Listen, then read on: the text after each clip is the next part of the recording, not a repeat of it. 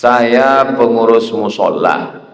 Apa hukumnya uang kotak infak hilang? Sudah dikunci kotaknya tetap dibongkar.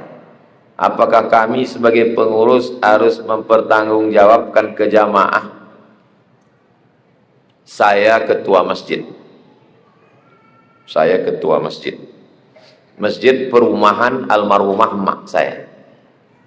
Kata orang perumahan ini, developer nih, Pak Haji, Ustadz Somad, Ustadz sebagai ketua masjid. Saya bilang, aku sibuk Pak Haji, pokoknya Ustadz ketua. Jadi untuk pelaksana harian, buat ketua pelaksana. Jadi saya ketua. Sampai kapan Pak Haji? Sampai mati. Nah, jadi saya ketua masjid sejak perumahan mak saya itu dulu, sampai sekarang saya masih ketua masjid. Suatu hari, datang laporan, bendahara melarikan duit, meminjam, tak balik.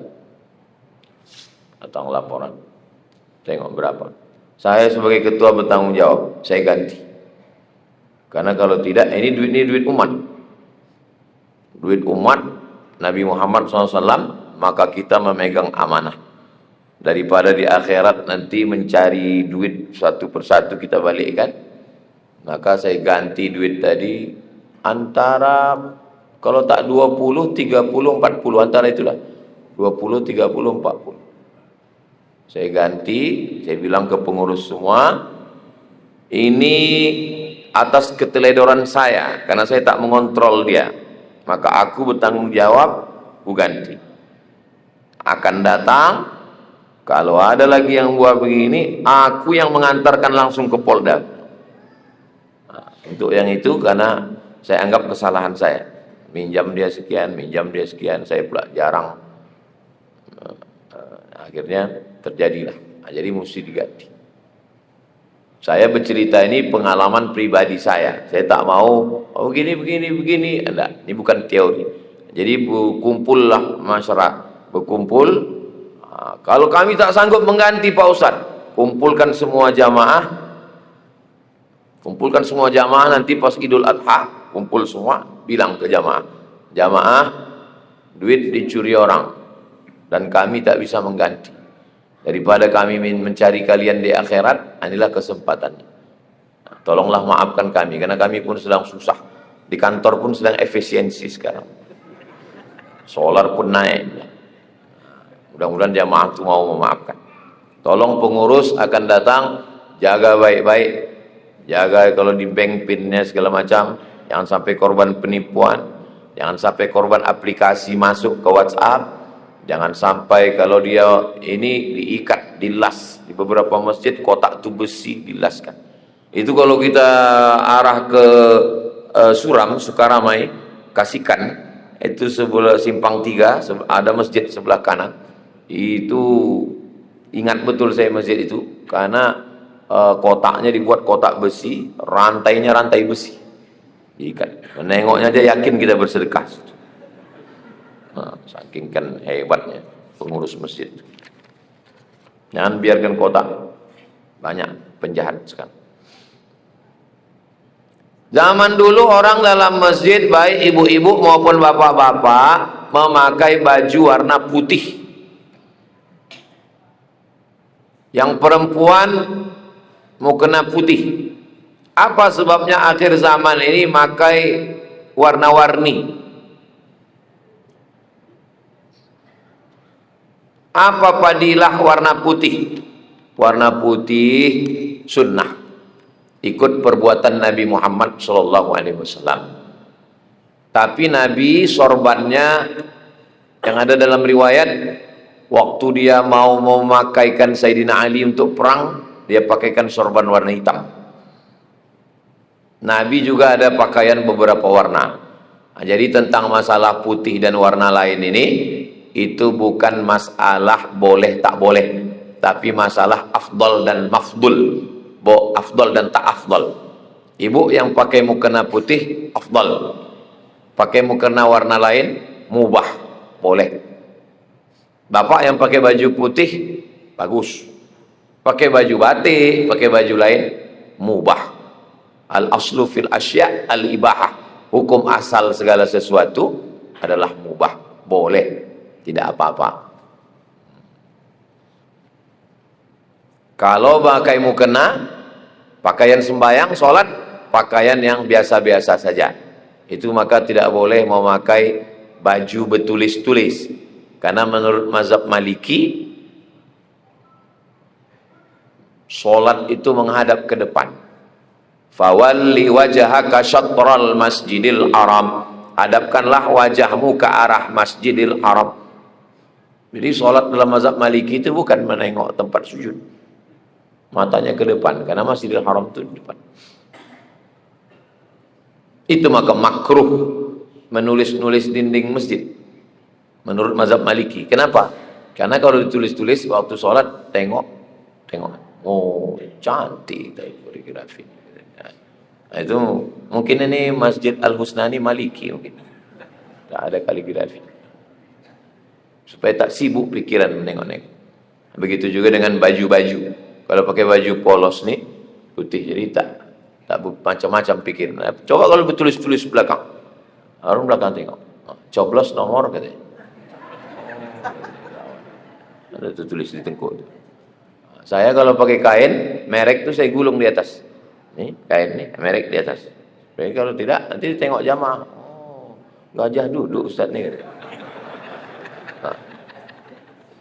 Nah itu. Begitu juga ibu kalau pakai mukena, pakailah mukena yang biasa saja, jangan yang mewarna-warni. Apalagi Idul Adha nanti. Di situ khotib khutbah, di situlah kawan sebelah cantik ya mukena yang beli di mana. Semua bunga ada di situ, bunga matahari, bunga tai ayam ada semua. Polos-polos, yang bagus. Nah, baju saya ini polos. Saya suka yang polos-polos. Nah. Tapi bukan berarti yang baju saya banyak juga yang berbunga-bunga, yang batik. Tak salah. Innallaha jamil. Ya Rasulullah, kami suka baju yang bagus, sendal yang bagus. Apa kata Nabi? Innallaha jamil, Allah itu maha indah, yuhibbul jamal, Allah suka kepada keindahan. Bukan dilarang, tapi kalau menyibukkan pikiran, nah maka dia lebih baik yang polos-polos.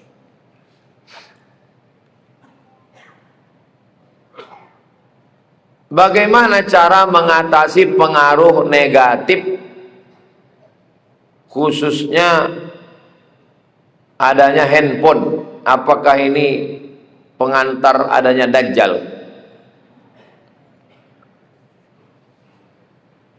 Pertama, radio hanya suaranya aja, tak nampak orangnya, mak lampir. Habis radio, TV. Habis TV, masuk, kalau dulu cuma satu TV, TVRI. Zaman TV masih berkaki, sebelum kena amputasi. Habis itu baru TV lengket ke dinding, tipis setelah diet. Lalu kemudian muncul parabola. Dulu ini telepon, ini radio, ini TV, ini kamera, 4 benda. Sekarang disatukan. Telepon, radio, TV, kamera jadi satu dalam benda yang kecil. Nah, jadi orang sibuk dalam satu pegang, situ dia pegang. Sebetulnya tak salah handphonenya, dia alat. Sama macam pisau. Apa hukum pisau? Hukum pisau sama dengan hukum tujuannya. Kalau pisau itu dipakai untuk memotong sapi kurban, ya karena memotong sapi sunnah, maka punya pisau. Ma la yatimul wajib illa bihi fahuwa wajib. Salat wajib, ya. Berwudu wajib. Karena tak sah sholat kalau tak wudu. Maka memakai timba, membeli timba wajib. Karena kalau tak ada timba, gimana mau mengambil air? Apa hukum membeli mesin? Mesin itu alat. Sholat wajib, ya. Maka wudunya ikut wajib, karena tak sah wudu kalau tak ada air. Maka hukum membeli alat untuk mengambil, menyedot air itu menjadi wajib. Ini cerita alat. Mesin, timba, pisau, alat. Maka handphonenya juga alat. Handphone bisa dijadikan alat untuk belajar. Dari mana saya bisa menengok pengajian Syekh Ali Jum'ah di Mesir? Melalui handphone. Handphone bisa untuk mencari kitab. Kitab tulis At-Targhib wa Tarhib Al-Hafiz Al-Munziri PDF download. Tengok pas ngaji PDF. Alat. Nah, jadi tergantung, ya, jangan salahkan handphonenya. Handphonenya tak salah, yang salah yang punya handphone. Makanya namanya smartphone. Smart, cerdas. Phone. Smartphone, handphonenya cerdas. Yang megang handphone itu yang bongak. Ya, tak bisa dia dikendalikan handphone. Kita yang mengendalikan handphone. Apa yang mesti kita cari di handphone ini? Sampai jam berapa kita buka handphone? Kawan saya, alumni Al-Azhar, mengajar di sekolah di Pekanbaru. Bukan pesantren, sekolah. Mendadak razia handphone, pakai keranjang. Tangkap handphone anak-anak, buka satu-satu. Telepon bapaknya. Assalamualaikum bapak, bapak wali murid si Anu, iya, datang ke sekolah. Datang besok ibunya. Ibu wali muridnya, iya. Ini handphone anak ibu ini sudah cukup rusak anak ibu ini. Ibu mesti awasi anak ibu. Selesai dinasihati semua, ibu itu cakap, mohon maaf Pak Ustadz, itu handphone suami saya.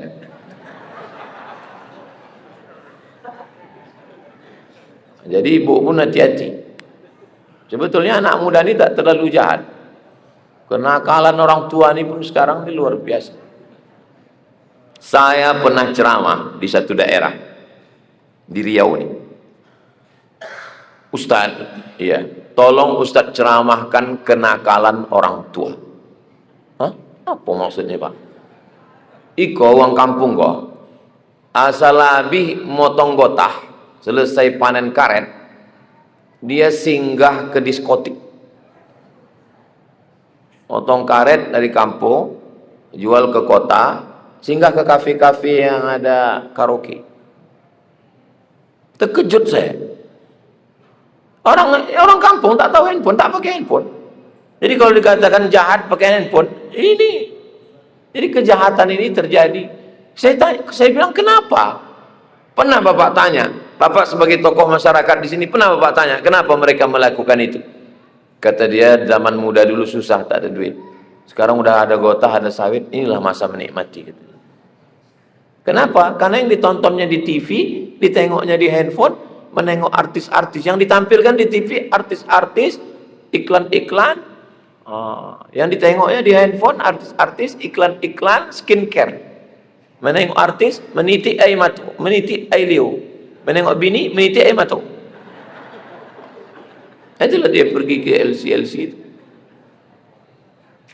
Jadi saya mau menyampaikan bahwa tidak hanya kenakalan remaja, tidak hanya kenakalan handphone, orangnya dicerdaskan, mengaji, dipahamkan dia bahwa ini adalah alat, dan kita jangan diam.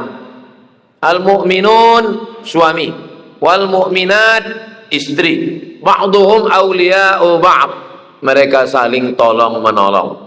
Ya'muruna bil ma'ruf, mengajak buat baik, wa yanhauna 'anil munkar, melarang perbuatan mungkar. Istri jangan diam menengok suami dan anak, saling mengontrol.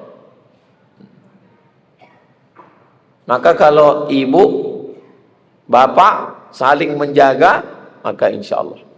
Saya handphone saya tidak pakai password,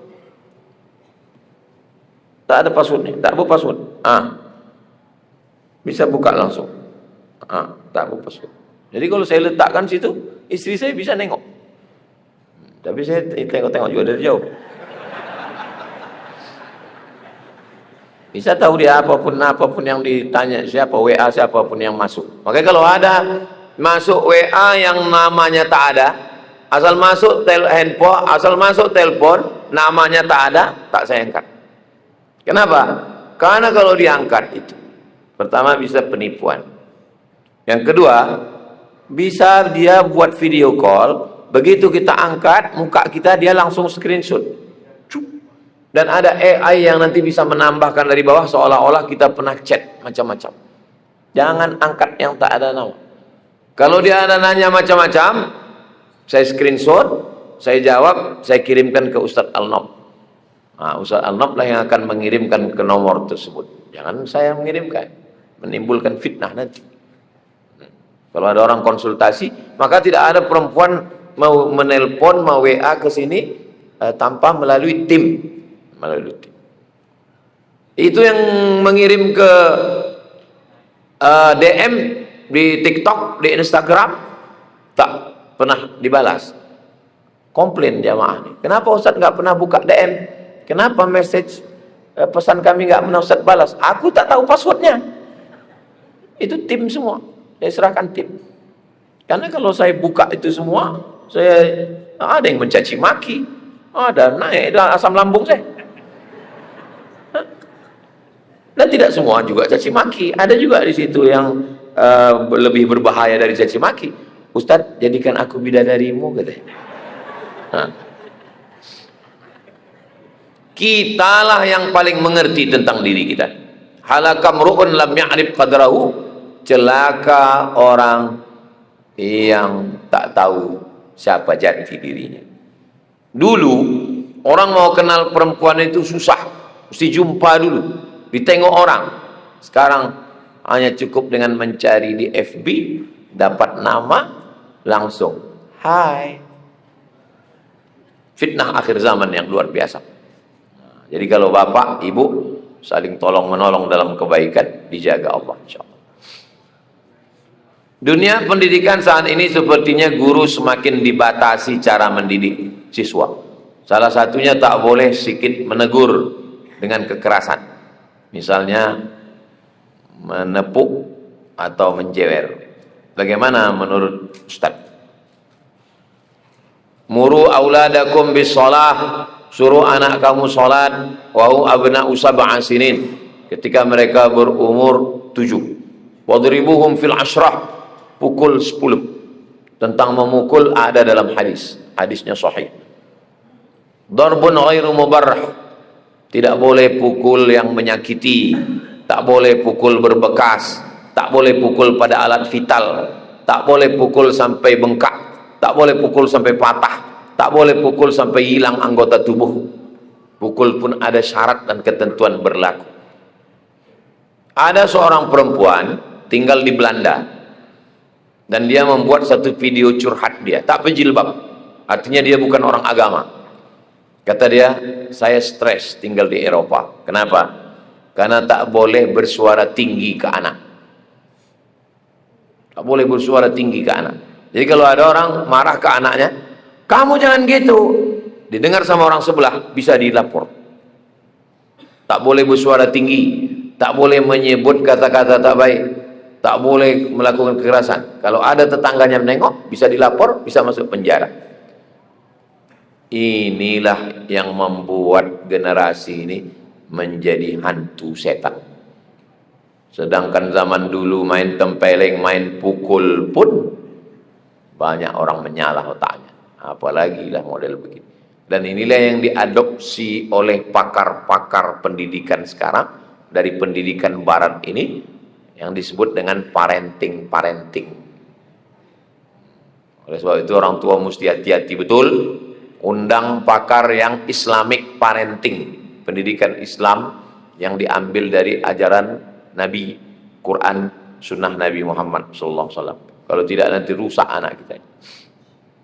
Makanya orang tua tak berani lagi melarang anak dibonceng laki-laki, perempuan umurnya 8. Pendidikan parenting barat, anak laki-laki, anak perempuan lewat 18 tahun, keluar dia dari rumahnya, tinggal di apartemen, di kos-kosan, hidup sendiri, mabuk dia, sakau dia, kumpul kebo dia. Seorang anak perempuan tinggal di apartemen, tinggal di kos-kosan sendiri, mati dalam keadaan overdosis. Kok bisa? Kok bisa dia tinggal sendiri? Ada mak bapaknya. Kita zaman dulu lambat balik aja, biru kulit kita, kena rotan. Jadi pandai-pandailah. Jangan gara-gara ini pula nanti bapak ibu main tempeleng, masuk ditangkap polsek, saya juga dipanggil. Kenapa kau pukul? Kata Ustaz Somad, pukul subuh tadi katanya. Pandai-pandailah kita mendidik anak kita ini supaya dia itu salah satu tujuan nasihat. Tidak semuanya pendidikan itu melalui pukulan. Anak-anak ini perlu uswah, contoh keteladanan. Anak-anak ini perlu dikasih makan halal. Adapun teguran suara tinggi, itu semua adalah bagian dari proses pendidikan. Dari kecil terlonjak-lonjak, sudah besar terbawa-bawa, sudah tua terubah tidak. Allah bisa karena biasa. Dibawa anak-anak mengantuk-mengantuk, hari libur bawa supaya dia terbiasa dalam pendidikan yang baik.